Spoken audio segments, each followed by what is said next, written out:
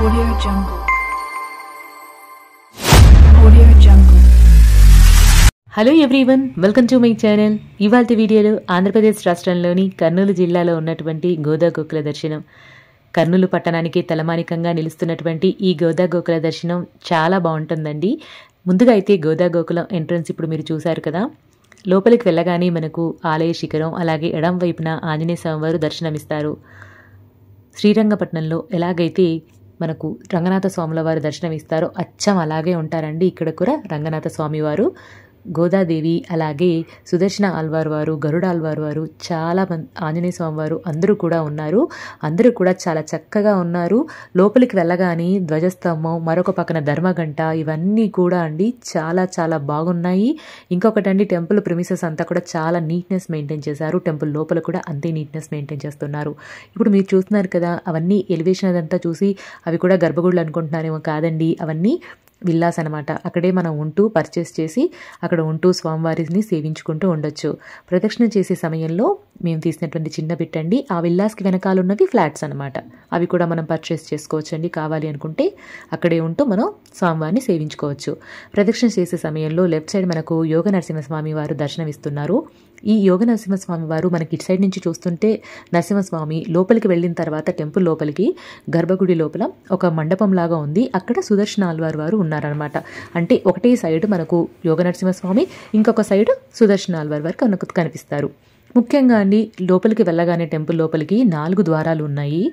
Temple లోపల మండపం ఎంత చక్కగా ఉందంటే చుట్టూర్తా తంజావూరు పెయింటింగ్స్, అలాగే గర్భగుడులు, తర్వాత లోపల పైన చూసారు కదా, ఇప్పుడు చూస్తున్నారు కదా వీడియోలో, ఎంత చక్కగా ఉన్నాయంటే అండి ఈ పెయింటింగ్స్ అంతా కూడాను చాలా చక్కగా పెయింట్ చేశారు. స్వామివారి జీవిత చరిత్రకు సంబంధించినటువంటి అంశాలన్నింటినీ కూడా చాలా చక్కగా పెయింట్ చేసి ఉన్నారు. ఆ రోజు అక్కడ కొంతమంది కూర్చొని విష్ణు సహస్రనామం పారాయణ అది చేస్తున్నారనమాట. వాళ్ళు ఆ పారాయణ చేస్తుంటే ఆ సౌండ్స్కి వింటూ ఇవన్నీ చూస్తూ ఉంటే చక్కగా అనిపించింది. గూస్ బంప్స్ వచ్చాయండి నిజంగా చెప్పాలంటే. అంటే ఎక్కువసేపు అక్కడే ఉండిపోవాలనిపించింది అనమాట టెంపుల్ లోపలే. కాకపోతే మేము ఒక ఫంక్షన్ సందర్భంగా ఊరికి వచ్చామన్నమాట కర్నూలుకి. ఆ ఫంక్షన్కి లేట్ అయిపోతుంది, కానీ స్వామివారిని దర్శించుకుందామని వచ్చాం కాబట్టి దర్శించుకుంటూ ఈ చిన్న వీడియో క్లిప్ తీస్తూ ఉన్నాను. చూస్తున్నారు కదా, 4 ద్వారాల్లో ఇప్పుడు మీరు ఒక 2 ద్వారాలు చూస్తూ ఉన్నారు. మధ్యలో శ్రీ గరుడాల్ వారు మనకు దర్శనమిస్తారు. వీటికి ఎదురుగానే మనకు రంగనాథ స్వామి వారు జయ విజయ సమేతంగా మనకు దర్శనమిస్తారు. ఇక్కడంతా కనిపిస్తున్నాయి కదా, అవన్నీ కూడా తంజావూరు పెయింటింగ్స్ అండి. ఎంత కళగా ఉందో నేనైతే మాటలో చెప్పలేను. మీరు ఒకసారి తప్పకుండా అక్కడికి వెళ్ళి ఇది చూసారంటే నేను చెప్పింది నిజం అనుకుంటారు.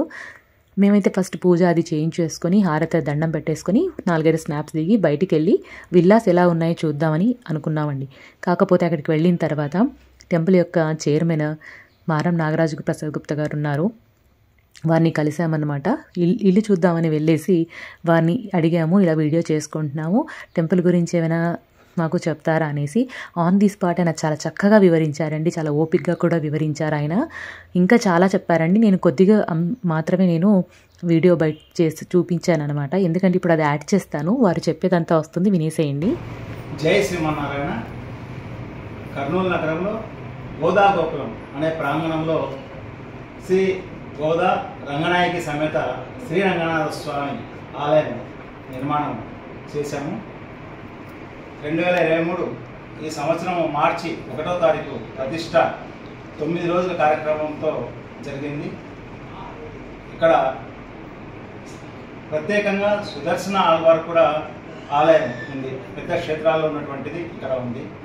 అలాగే గోదాదేవి, రంగనాయకి అమ్మవారు, రంగనాథ స్వామి, ఆచార్య ఆళ్వార్ సన్నిధి, గరుడ ఆళ్వార్ సన్నిధి, హనుమాన్ స్వామి, ఆంజనేయ స్వామి సన్నిధి కూడా ఉంది. ఇక్కడ తుంగభద్ర, హంద్రి నదుల మధ్యలో శ్రీరంగం ఎలాగైతే తమిళనాడులో ప్రథమమైనటువంటి దివ్యదేశంగా 1వ నెంబర్గా చెప్తారు. 108 దివ్యదేశాల్లో భూమి మీద ఉన్నటువంటి 106 దివ్యదేశాలు 1వది శ్రీరంగం. ఉభయ కావేరీ మధ్యలో శ్రీరంగనాథుడు సప్త ప్రాకార మధ్యలో ఉన్నట్టుగా మనకి ఇక్కడ ఉభయ నదుల మధ్యలో శ్రీ గోదా గోకులం అనేటువంటి ప్రాంగణంలో రంగనాథుడు వెలిశాడు. భక్తులకు పొంగు బంగారమై స్వామి కోరిన కోరికలు తీరుస్తున్నాడు. ఇక్కడ ప్రత్యేకంగా ఏమంటే ఒక ఆలయం ఒకటే కాకుండా ఆలయం చుట్టూ కూడా భాగవతుల మన సభ్యులందరూ కూడా ఇండ్లు చేసుకోవడం జరిగింది. మాడవీధులు ఏర్పాటు చేసుకొని ఉత్సవాలు కూడా అన్నీ చేసుకోవడం కోసము సభ్యులందరూ కూడా 106 దివ్యదేశాల పేరు మీద ఒక్కొక్క ఇంటికి ఒక దివ్యదేశం పేరుతో 106 ఇండ్లు ఇక్కడ ఉన్నాయి. అలాగే 107 పాలకడీల కోసము ప్రవచన మండపం ఏర్పాటు చేయడం జరిగింది. 108 వైకుంఠం కోసమే గుడి. ఆ శ్రీరంగనాథులు ఆ శ్రీమన్నారాయణుని మనం అక్కడ వైకుంఠంకి వెళ్ళినాక ఏం చూస్తామో ఏమి సేవ చేసుకుంటామో తెలియదు మనకు. ఈ శరీరంతోనే ఇక్కడే మనం ఆ స్వామిని ఇక్కడ తీసుకొని ఇక్కడ మనము ఆయనకు సేవలు చేసుకోవాలనేటువంటి భావనతో మన సంఘ సభ్యులందరూ కలిసి 30 సంవత్సరాలుగా తప ఫలితంగా విష్ణు సహస్రనామాలు అష్టోత్తర శతకోటి 108 కోట్లు చేసిన ఫలితంగా 18 సంవత్సరాలుగా ధనుర్మాస వ్రతం చేసినటువంటి ఫలితంగా ఈ రంగనాథ స్వామి ఆలయం ఏర్పడింది. ఈ రంగనాథ స్వామి ఆలయం అందరము సభ్యులను కలిసి ఇక్కడ ఈ ఇండ్లు ఏర్పాటు చేసుకొని సేవలు చేసుకోవడం జరుగుతూ ఉంది. ఇక్కడ నిత్యం కూడా కళ్యాణం చేయాలన్నటువంటి సంకల్పం కలిగింది. వచ్చే బ్రహ్మోత్సవాల తర్వాత నుండి ఇక్కడ నిత్య కళ్యాణం కూడా స్వామికి జరుగుతుంది. అలాగే పీఠాధిపతులు స్వామీజీలు జీఎస్ స్వాములు అందరూ వస్తే ఉండడం కోసం వాళ్ళకి కుటీరాలు కూడా ఏర్పాటు చేయడం జరుగుతుంది. అలాగే కోనేరు బావి సప్త గో ప్రదక్షిణ కోసం 7 గోవులతో ఒక గోశాలగా చిన్నది చేయడం జరుగుతుంది. వాహన మండపము వ్రతాలు ఇవన్నీ కూడా ఉన్నాయి. అలాగే 9 వాహనాలు మనకు ఉత్సవాలకు కావాల్సినటువంటి బ్రహ్మోత్సవాలకు కావాల్సినటువంటివి అన్నీ కూడా హంసవాహనము, గరుడ వాహనము, హనుమత్ వాహనము, అశ్వవాహనము, గజవాహనము, సింహవాహనము, కల్పవృక్ష వాహనము, చంద్రప్రభ, సూర్యప్రభ, అలాగే ఆదిశేష వాహనం ఇలాగా అన్ని వాహనాలు కూడా మనకు సమకూరినాయి. అలాగే ఆలయంలో మీరు చూసినారంటే మనకు పై భాగంలో కప్పు కూడా రంగనాథ స్వామి చరిత్ర కూడా మనం పెయింట్ రూపంలో వేయడం జరిగింది. ఆ రంగనాథుడు సృష్టిలో తొలి అర్చామూర్తి ఆయన. ఇప్పుడు మనకు ఉండేటువంటి అర్చామూర్తులు అందరూ ఉండొచ్చు, కానీ బ్రహ్మదేవునికి శ్రీ మహావిష్ణువు ఇచ్చినటువంటి రూపమే ఆ రంగనాథుడు. పాలగడిలలో శేషశయ్యపై పడుకున్నటువంటి ఆ స్వామిని బ్రహ్మదేవుడు ఆరాధన కోసం అడిగినప్పుడు తను అలాగనే ఉంటాడు కాబట్టి అలాగనే మూర్తి ఇచ్చాడు. వారి తర్వాత ఇక్ష్వాకు రాజులకు మనో ద్వారా ఇక్ష్వాకు రాజులకు వస్తుంది. అలాగనే దశరథ మహారాజు కూడా ఇక్ష్వాకు వంశులు కాబట్టి వారి తర్వాత శ్రీరామచంద్రుడు ఆరాధన చేసినటువంటి స్వామి రంగనాథుడు. సీతారామ లక్ష్మణ పరిస్థితులను అందరూ కూడా ఆరాధన చేసినటువంటి వారిని రంగనాథుడిని. అంతవరకు ఆరాధన చేసినటువంటి మూర్తి లేరు అర్చామూర్తిగా.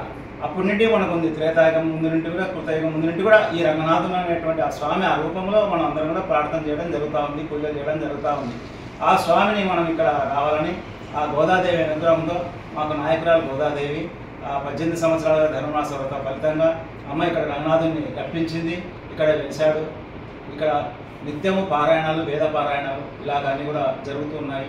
ఇదంతటి కూడా దిశ నిర్దేశం చేయడం కోసం మాకు శ్రీ శ్రీ శ్రీ త్రిదండి అష్టాక్షరి సంపత్ కుమార రామానుజ జీఎస్ స్వామివారు వారి దిశ నిర్దేశంతో మేమంతా కూడా ఈ కార్యక్రమాలు చేసుకుంటూ ఉన్నాము. చక్కటి ప్రశాంత వాతావరణంలో ఇక్కడ ఈ గోదా గోపురం వెలిసింది. అందరూ కూడా వచ్చి మన స్వామిని దర్శించుకొని తరించాల్సిందిగా ప్రార్థన చేస్తున్నాము. అలాగే మనకు లోపల ఉన్నటువంటి ఆ మహామండపంలో వారణమాయనం అనేటువంటి గోదాదేవి శ్రీకృష్ణుని స్వప్నంలో వివాహమాడినటువంటి ఘట్టంలో ఉన్నటువంటి ప్రధానమైనటువంటి భావన చిత్రాలు కూడా మేము తంజావూరు పెయింట్స్గా వేయించడం జరిగింది. అలాగే 4 ద్వారాలు మనకు ఉన్నాయి ఆలయానికి. 4 ద్వారాలు కూడా ఒకటి వైకుంఠ ద్వారము, అక్కడ శ్రీ భూనీలా సమేతంగా పరవాసుదేవుడు ఉన్నటువంటి ఆ చిత్రాలు కూడా చెక్క మీద కూడా ఆ వాకిళ్లకు అదంతా కూడా శిల్పులతో చెక్కించడం జరిగింది. ఇంకొక ద్వారము నమాలు వారు ద్వారం అంటాము. దాంట్లో వారు ఉన్నటువంటి వైకుంఠానికి వెళ్ళి వచ్చినటువంటి ఆ విగ్రహాలు కూడా అన్నీ ఉండడం. ఇంకొక తూర్పులో ఉన్నటువంటి 2 ద్వారాలలో రామానుజాచార్యుల ద్వారం ఒకటి, మనవాళ్ళమాముని ద్వారం ఒకటి. ఇలాగా ప్రత్యేకంగా ఎక్కడ చూసినా ఆధ్యాత్మికత ఉట్టిపడేలాగా మనం ఈ గోదా గోకులంని నిర్మింపడం జరిగింది. అలాగే శ్రీరంగంలో ఉన్నట్టుగా రంగనాథ స్వామికి ప్రణవ గోపురం, ఆనంద నిలయం వెంకటేశ్వర స్వామికి ఎలాగంటామో గోపురానికి అలాగా రంగనాథ స్వామి గోపురంకు పేరు ప్రణవ గోపురం, ప్రణవాకార గోపురం. అది మనం ఇక్కడ కూడా అలాగనే చెక్కించడం జరిగింది. ఈ స్వామివారికి కావాల్సినటువంటి ఆభరణాలు కానీ రచిత అయినటువంటి 108 కలశాలు, శంఖధార, చక్రధార, సహస్రధార ఇలాగ పూజకు కావాల్సినటువంటి ఏమేమి కావాలో అవన్నీ కూడా సమకూర్చుకోవడము ప్రతిష్టకు ముందే అందరూ కూడా భక్తుల సహకారంతో ఇలాగా చేయించుకోవడం జరుగుతుంది. ఇక్కడ స్వామి ఆజ్ఞ మనకు ప్రార్థించాలే కానీ రెండు కోరికలతో మనిషి వస్తాడు ఎక్కడైనా కానీ. ఏదంటే మనకు కష్టాలు ఉన్నప్పుడు తొలగించడం కోసం ప్రార్థన చేయడం కోసం వస్తారు. లేదంటే ఏ కష్టాలు లేకున్నా భగవంతుని మీద ప్రేమతో మనకు ఆయన అనుగ్రహంగా కావాలి, ఆయన సమీపంలో మనం ఉండాలి, ఆయన నామం వినాలి, ఆయన రూపు చూడాలి, ఆయన గుణగణాలను విశ్లేషణ చేసుకోవాలనే ఉద్దేశంతో కూడా వస్తారు. అలాంటి వచ్చినటువంటి వారికి ఆ రంగనాథ స్వామి అనుగ్రహం సంపూర్ణంగా ఉండాలని ఇక్కడ నిత్యము పారాయణలు, భజనలు ఈ విధంగా ఎన్నో జరుగుతూ ఉన్నాయి. ఈ రంగనాథ స్వామి క్షేత్రానికి అందరూ కూడా రావాలని మా ప్రార్థన. శ్రీ గోదా రంగనాథ స్వామి, శ్రీ గోదా రంగనాథ రామానుజ కూటమి చారిటబుల్ ట్రస్ట్ అని ఒక ట్రస్ట్ కూడా ఏర్పాటు చేయడం జరిగింది. ఆ ట్రస్ట్ ద్వారానే ఇవన్నీ కూడా వ్యవహారం మనకు దేవాలయం గురించి చేస్తూ ఉన్నాము. అందరూ కూడా రావాలని ప్రార్థన. జై శ్రీమన్నారాయణ. జై శ్రీమన్నారాయణ. ఈ గోదా గోకులం వ్యవస్థాపకులను మారం నాగరాజ్ గుప్తా నా పేరు. చాలా చక్కగా వివరించారు కదండి ఆయన. ఆ తర్వాత వారితో కూడా ఒక స్నాప్ దిగేసి మేము బయటికి వెళ్ళాము. ఇప్పుడు మీరు చూస్తున్నది వారి ఇంట్లో ఉన్నటువంటి పెయింటింగ్ అండి. ఆ తర్వాత ఇందాక వీడియోలో వారు చెప్పారు కదా, లోపల మండపంలో తంజావూరు పెయింటింగ్స్ చాలా చక్కగా ఉన్నాయని, అవే అనమాట ఈ పిక్స్ అన్నీ కూడా. ఇందాక వారు చెప్పేటప్పుడు కూడా కింద స్క్రీన్ పైన మీకు వేశాను. మళ్ళీ ఒకసారి ఇక్కడ పిక్స్ని యాడ్ చేస్తున్నానండి. కింద ప్రతి పిక్ కింద డీటెయిల్డ్గా తెలుగులో కూడా ఆ ఫోటోలో ఏముంది అనేది రాశారనమాట. తెలియని వాళ్ళకి క్లియర్గా అర్థమయ్యేటట్టుగా చాలా చక్కగా కూడా ఉన్నాయండి పెయింటింగ్స్ అవి కూడాను. ఆ తర్వాత బయటికి వెళ్తే బయట ఒక మండపం ఉంది. ఆ మండపంలో గోదాదేవి అమ్మవారు ఉన్నారు. చుట్టూ తులసి చెట్లు వేస్తున్నారు. తులసి వనంలో గోదాదేవి అనే కాన్సెప్ట్లో ఇప్పుడు మీరు చూస్తున్నారు కదా, అది ఇంతసేపు నేను చెప్తున్నది. ఇందాక చెప్పాను కదా, అది ఇంకా బాగా క్లియర్గా బాగా పెంచుతారంటండి తులసి చెట్లు అది కూడాను. ఇందాక వీడియోలో వారు చెప్పారు కదా, లోపల మనకు సుదర్శన ఆల్వార్ వారు ఉన్నారు, అలాగే గోదాదేవి ఉన్నారు. ఇవన్నీ కూడా మళ్ళీ ఒకసారి ఒక్కొక్క ఫోటోని మీకు ఇండివిజువల్గా ఎలా ఉంటుంది మండపం అనేది లోపల మీకు ఫొటోస్ని యాడ్ చేస్తూ ఉన్నాను. బయట యోగ నరసింహస్వామికి ఇంకొక వైపున ఈ సుదర్శన ఆల్వార్ వారు ఉన్నారనమాట. నాకైతే చాలా ఆశ్చర్యం వేసింది. ఒకవైపు నుంచి యోగ నరసింహస్వామి మనం ప్రదర్శన చేసేటప్పుడు కనిపిస్తుంది, ఇంకొక వైపు లోపల మనకు సుదర్శన ఆల్వార్ వారు కనిపిస్తారనమాట. అధ్వనూన ఆధ్యాత్మికత ఉట్టిపడేలా ఉన్నటువంటి ఈ ఆలయ దర్శనం నాకైతే ఎంతో ప్రశాంతతని అలాగే సంతోషాన్ని కలిగించింది. మీకు కూడా అలాంటి అనుభవం కావాలి అనుకుంటే కనుక తప్పకుండా గోదా గోకులాన్ని దర్శించాలని మనస్ఫూర్తిగా కోరుకుంటున్నా. మేము బయటికి వచ్చిన తర్వాత ఇందాక స్టార్టింగ్లో విల్లాస్ చూపించాను కదండి, ఆ విల్లాస్ వెనకాతల ఫ్లాట్స్ అవి ఉన్నాయని చెప్పాను కదా, అక్కడ మా చిన్న పిన్ని వాళ్ళు ఫ్లాట్ పర్చేస్ చేశారండి.